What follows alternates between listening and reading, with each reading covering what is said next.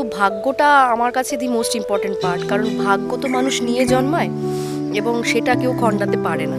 তোমার ভাগ্যে যাই লেখা থাকবে, তুমি যতই পুজো করো, যতই অ্যাস্ট্রোলজি বিলিভ করো, যাই করো, তোমার এই 4 আঙুলে যেটা লেখা থাকবে সেটাই হবে।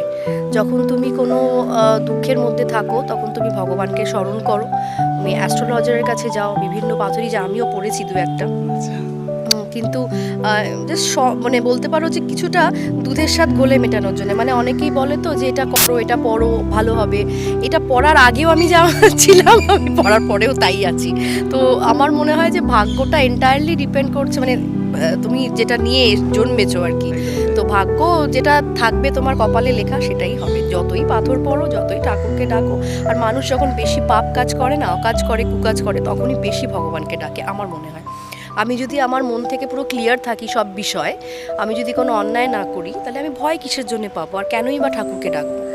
দুর্বলতার একটা পরিচয় আমার মনে হয়। তবে এটা শুনলে হয়তো অনেকেই রেগে যাবেন আমার উপরে, কিন্তু এটা আমি বিশ্বাস করি যে কতটা মানুষ খুশি হলে কতটুকু ভগবানকে ডাকে। যখনই মানুষ দুঃখে থাকে, কোনো কষ্টের মধ্যে থাকে, কোনো ব্যর্থতার মধ্যে পড়ে, তখনই কিন্তু মানুষ বেশি করে ভগবানকে স্মরণ করে।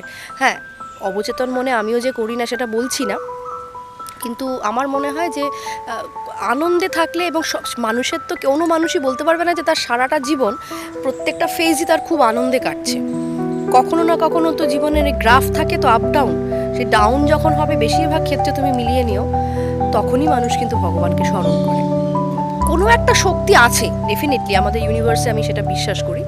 তাই বলে অনেক ভগবান আছেন, তো তুমি অনেক মানুষ আছে যারা বিভিন্ন ভগবানকে বিশ্বাস করে। তার মানে কোনো একটা শক্তি কাজ করছে, এবং আমার মনের বিলিফ যে আমি এই ভগবানকে ডাকলে আমার যে কোনো কাজে আমি সফলতা পাবো। তাহলে 1000 কোটি দেবতা, কত কোটি দেবতা? 33 কোটি। হ্যাঁ, তো অত কোটি দেবতার মধ্যে তো মারামারি লেগে যাবে যে আমি দি বেস্ট। তো আমার মনে হয় যে এটা একটা শক্তি কাজ করে, কিন্তু মানুষ বিভিন্ন রূপ দিয়েছে তাকে, বিভিন্ন রূপে মানুষ তাকে পুজো করে।